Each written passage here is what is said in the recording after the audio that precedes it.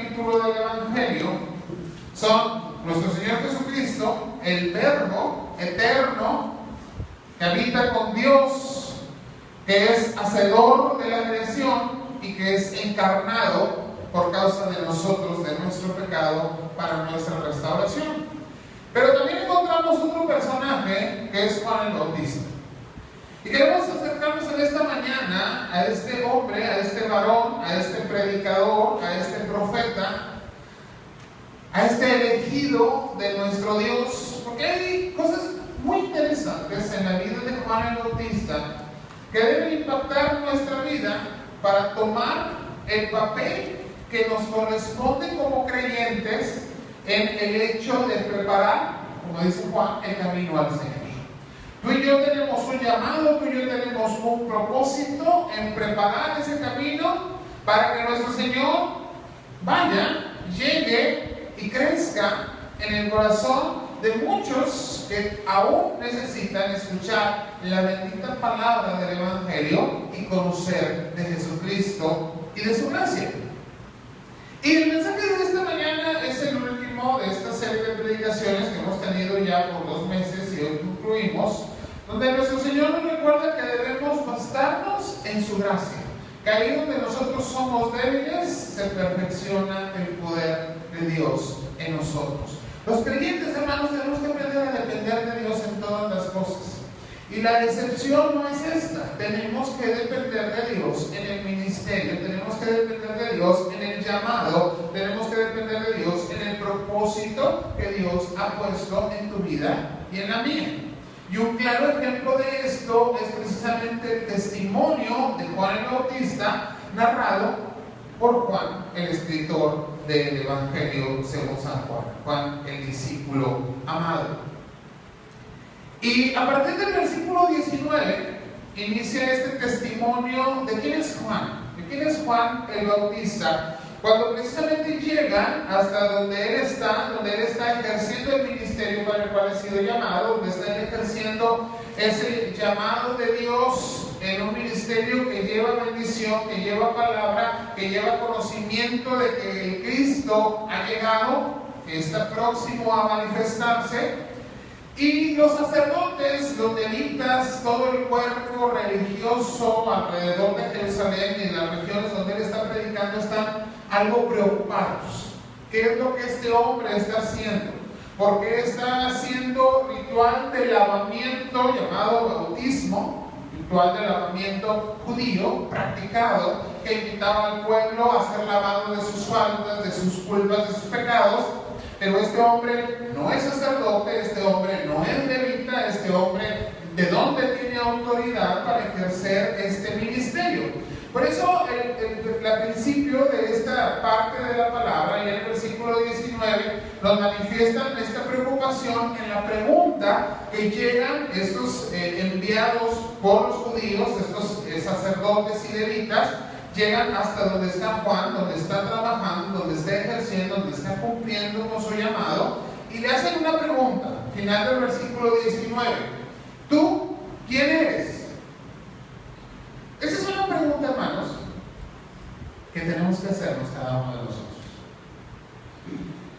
Y vaya que podemos obtener muy diversas respuestas a esta pregunta. Porque podríamos contestar simplemente con nuestro nombre.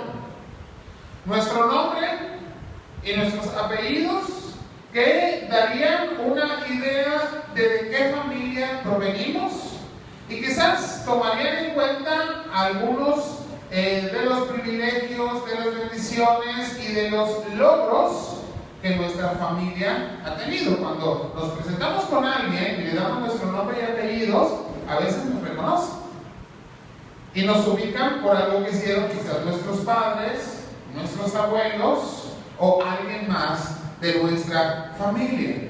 Fíjense que en el caso de Juan el Bautista esto no es diferente. Para darnos cuenta de quién es Juan el Bautista, tendríamos que ir al Evangelio según San Lucas y leer a partir del versículo 5 quién es Juan el Bautista.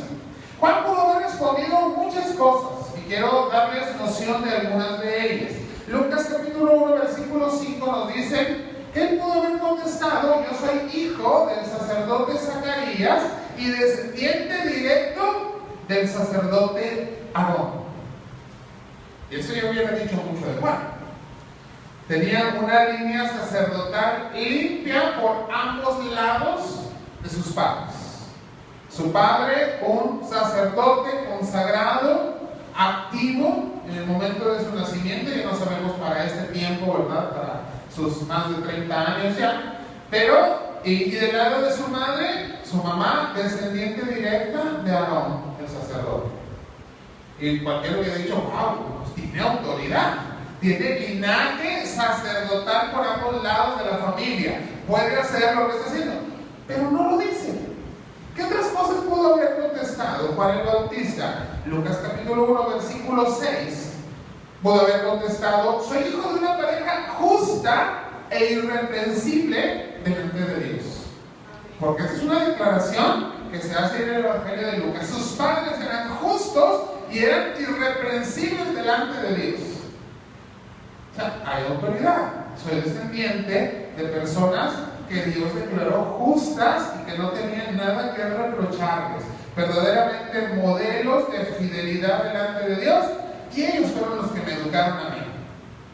A veces nosotros los hijos somos bastante mal portados, pero nuestros padres son íntegros.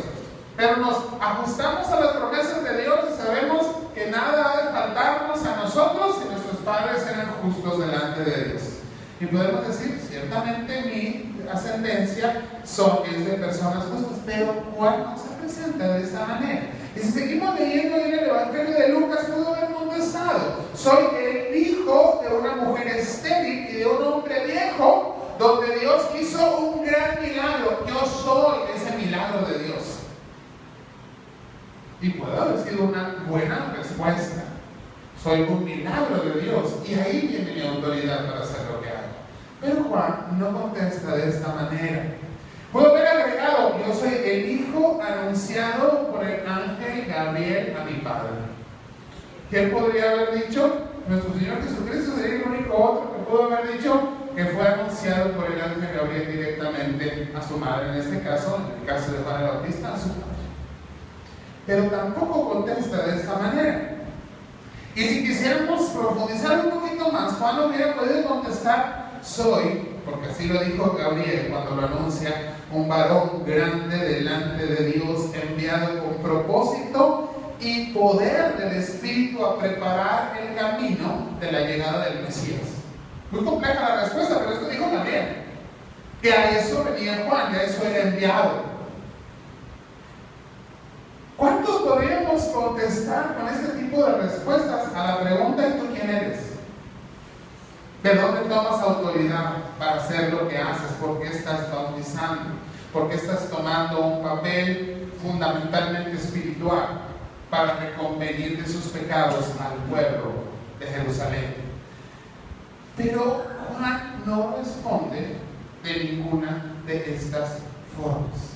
Entonces, esta mañana meditamos en que debemos estar bien ubicados en quiénes somos cada uno de nosotros. Porque podemos tener muchísimas respuestas que alaben nuestros logros, que alaben la familia de la que venimos, que alaben las circunstancias de nuestra vida, o en este caso del nacimiento, y podríamos tomar esa alabanza sobre nosotros mismos para responder por qué tenemos cierta autoridad para hacer o no hacer aquello para lo que Dios nos ha enviado. Sin embargo, yo creo que la humildad de Juan el Bautista se refleja en los siguientes versículos y se maneja de una manera muy paralela a las palabras del apóstol Pablo en Romanos capítulo 12, versículo 3. ¿Qué es lo que dice Pablo en Romanos 12, 3? Digo pues, por la gracia que me es dada a cada uno que está entre vosotros, ¿que qué? Que no tenga más alto concepto de sí que el que debe tener, sino que piense de sí con cordura conforme a la medida de fe que Dios repartió a cada uno. Sabemos que Pablo, en esa humildad que Dios había puesto en él, y podemos recordar la genealogía de Pablo y sus estudios y todo lo que él había logrado como ser humano, Pero al final Pablo dice, todo esto me es basura por poder alcanzar aquello para lo cual fui llamado. Esa es la humildad que el Señor quiere en nuestros corazones. Porque no estamos en este mundo por nuestros propios logros, no estamos aquí por nuestra ascendencia o por nuestra descendencia, sino por el propósito que Dios tiene para cada uno de nosotros. Un propósito que se cumple en el poder de Dios, un propósito que se cumple en la gracia de Dios y para la gloria de nuestro Dios. Entonces vemos algunas de las respuestas de Juan en los versículos siguientes y vemos la humildad de la cual está cubierta su vida. El hombre que se vestía con pieles y que comía chapulinzotes. Sí, pues las langostas, ¿no? Son los chapulines así grandototes, ustedes conocen. No crean que se iba al restaurante a pedir langostas con tenazas. No, eran chapulines grandotes, esos que se acaban las cosechas, las langostas. Y dice el versículo 20, confesó y no negó, estaba completamente seguro, y es una afirmación plena, y dice, yo no soy el Cristo. No empieza a hablar de sí mismo, sino empieza a hablar de aquel a quien antecede, de aquel el que tiene que proclamar, de que tiene que preparar el camino, porque es el propósito de su vida. Y les dice, yo no soy el Cristo. ¿A qué se refiere cuando habla de no, que él no es el Cristo? Lo que le está diciendo a esos varones que vienen y dicen, ¿tú quién eres? Les está diciendo, yo no soy el ungido. Sí, Dios tiene un propósito, sí, Dios me ha enviado con ese propósito, pero yo no soy el ungido. Si esto lo llevamos a palabras hebreas en el Antiguo Testamento, lo que les está diciendo es, yo no soy el Mesías. Sí soy enviado por Dios, pero el Mesías aún está por manifestarse. Entonces dice, bueno, entonces eres tú Elías, el gran profeta de Israel. Aquel que si él hubiera dicho, yo soy la reencarnación de Elías, lo hubieran levantado y casi lo hubieran metido a Jerusalén y hubieran proclamado por la ciudad, aquí está nuevamente el profeta Elías. Pero el profeta Elías no podía reencarnarse. Y Dios prometió en varias de las profecías que Elías o alguien como Elías había de manifestarse nuevamente en el pueblo. Porque el pueblo esperaba al gran profeta de Dios. Pero más que Elías es nuestro Señor Jesucristo. Yo no soy Elías. Elías permanecería muerto. Tenía que llegar el verdadero profeta que tenía la palabra del Señor. Por eso también les contesta, tú eres el profeta, le preguntan, yo no soy el profeta. ¿De qué profeta se estaría hablando? Bueno, aquí hay algunas controversias en los estudiosos de la Biblia, pero la gran mayoría coincide en que sería el profeta del cual habló Moisés en Deuteronomio 18:15, diciéndole al pueblo que se levantaría un profeta de en medio de sus hermanos, es decir, del pueblo judío, que no enfrentaría de una manera directa, que traería el mensaje para que el pueblo no enfrentara de una manera directa la voz de Dios, la cual, cuando se enfrenta uno a la voz de Dios, fallece. Es decir, que traería la palabra de Dios de una manera diferente, no con el enojo del Dios santo, sino con el perdón y el amor del Dios vivo y encarnado. Lo que Juan le está diciendo al pueblo y le está contestando a los líderes religiosos de su momento es, no, por ahí no está mi autoridad. Yo no soy el enviado de Dios, ungido de Él, dedicado para venir y salvar al pueblo. Sin embargo, tiene Juan autoridad para llevar ese lavamiento, ese bautismo al pueblo por el propósito con el cual fue llamado. Y se le interpela inmediatamente después, entonces, ¿tú qué dices de ti mismo? ¿Qué ¿Qué puedes agregar de ti? No estás diciendo que te venga la autoridad ni de tu familia, ni de tu conocimiento, ni de tu desarrollo, ni de quién eres, porque has logrado alguna meta. ¿Qué dices tú de ti mismo? ¿Qué respuesta das de quién eres tú? Y esto se lo dicen ahí en el versículo 22, pues ¿quién eres tú? Para que demos respuesta a los que nos enviaron. ¿Qué dices de ti mismo? Y es interesante ver la respuesta de Juan, porque se identifica con la palabra del profeta Isaías. Isaías capítulo 40, versículo 3.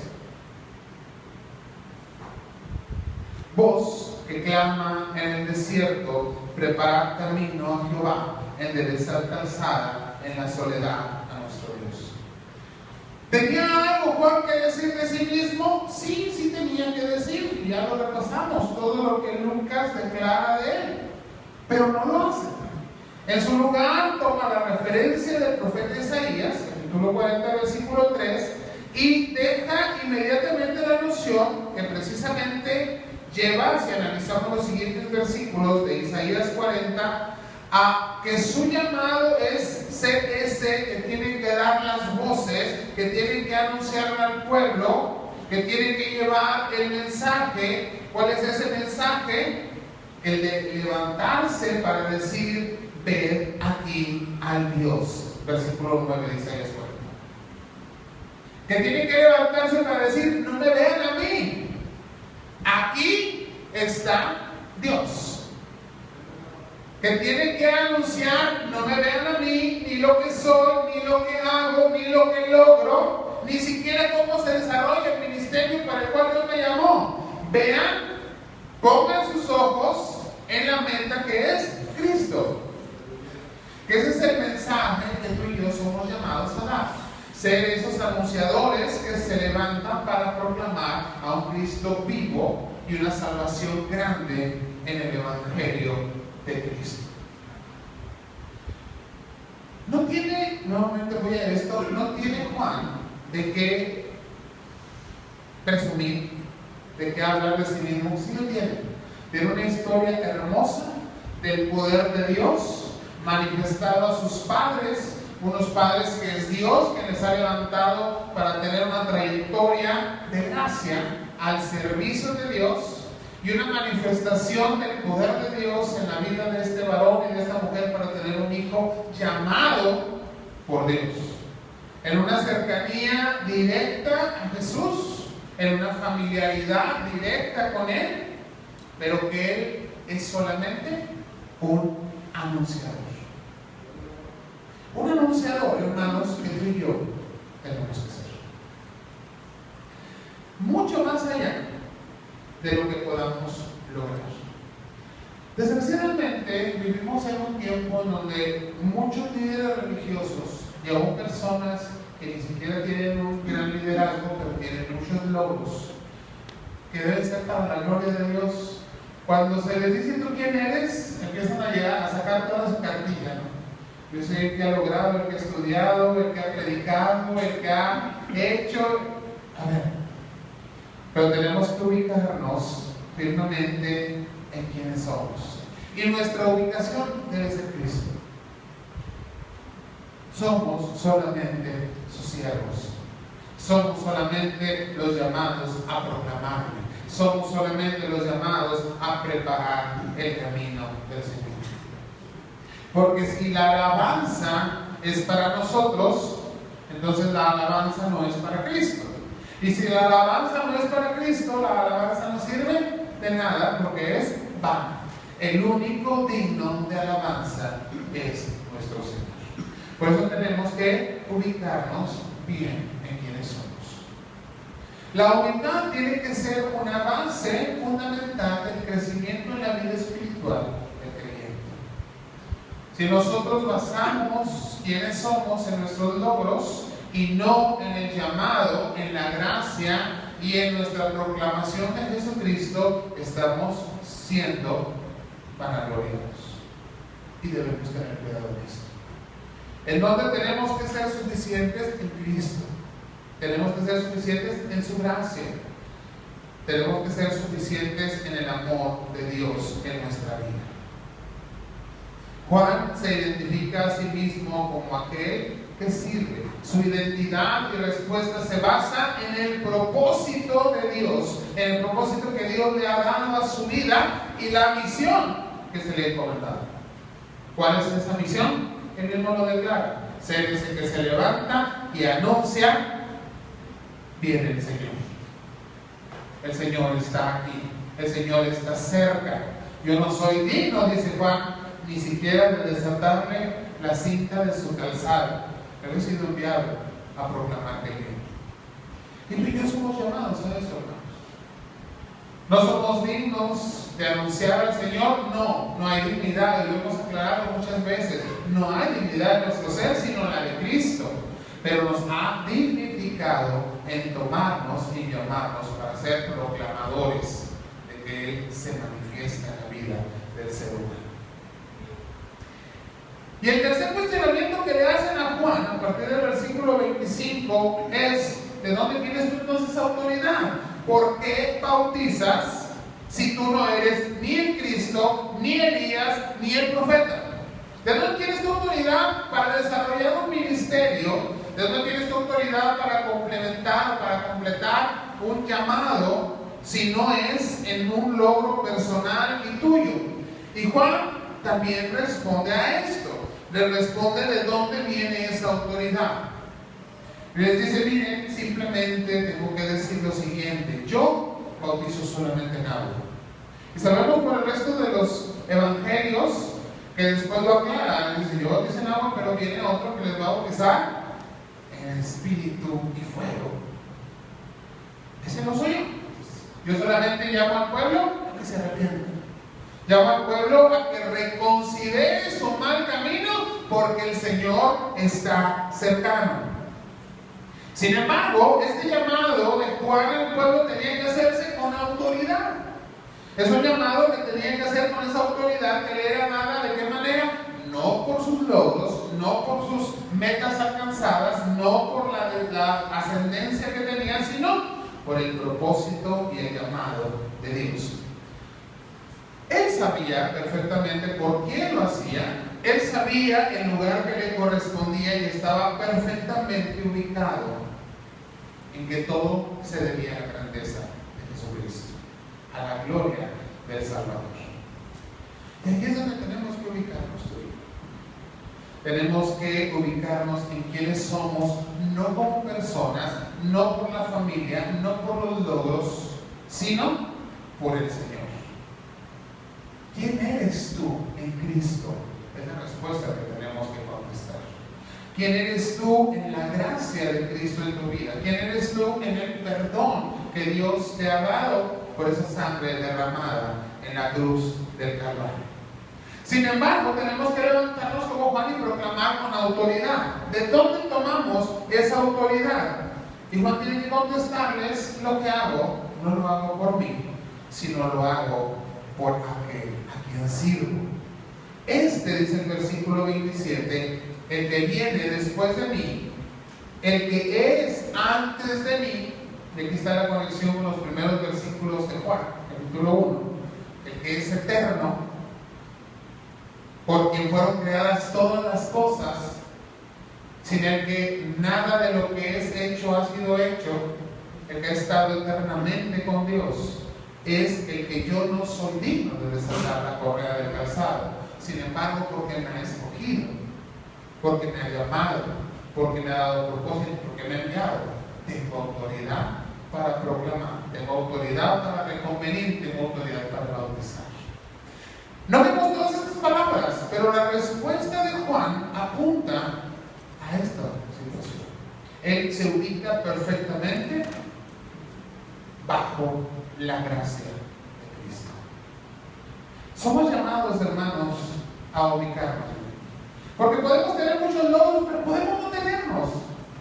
Podemos provenir de familias muy prominentes en las iglesias, pero podemos ser los primeros cristianos en ella. Y provenir de una familia que ha pecado y que se ha revolcado en el cielo, en el fango del pecado por años y por siglos en nuestros antecesores.